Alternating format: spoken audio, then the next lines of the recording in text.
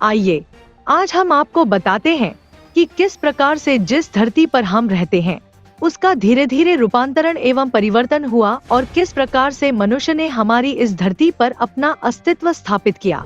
किस प्रकार से मनुष्य की संरचना हुई और बदलाव के साथ साथ जीवन को आगे बढ़ाने का धीरे धीरे पता लगाना शुरू किया। यूं तो आदि मानव ने पहले ही अपनी जरूरत के हिसाब से जीवन जीना शुरू कर दिया था।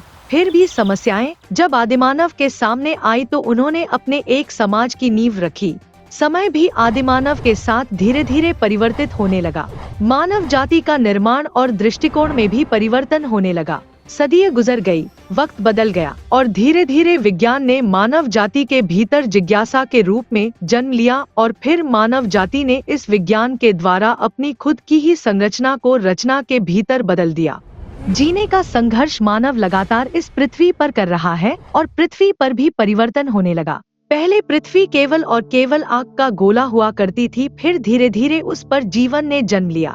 घास, फूस, पत्ते, पेड़ और बहुत बड़े बड़े जानवरों ने जन्म लिया। फिर जीवन के बदलने का प्रारंभ हुआ और फिर मनुष्य धरती पर आया। मनुष्य ने धीरे धीरे बदलाव किया और समय के साथ विकास का दौर बढ़ता और बनता चला गया। मनुष्य पृथ्वी के परिवर्तन के साथ साथ अपने विचारों में भी परिवर्तन करने लगा।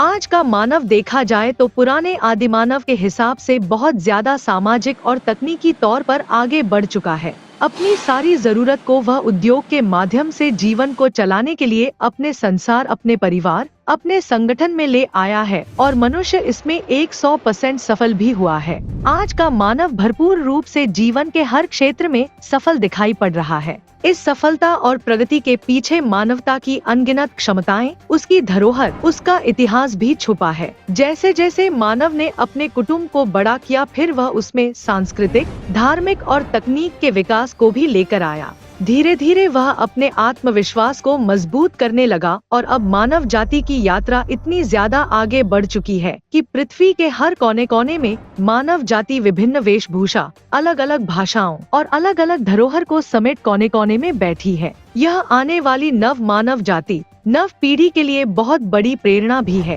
यह कहना अब बिल्कुल भी मुश्किल नहीं होगा कि आने वाला समय मानव जाति के लिए, हम मनुष्यों के लिए पृथ्वी पर परिवर्तन के साथ खुद को जितनी तेजी से बदला है और पृथ्वी की प्रकृति को भी हमने भरपूर जिया है।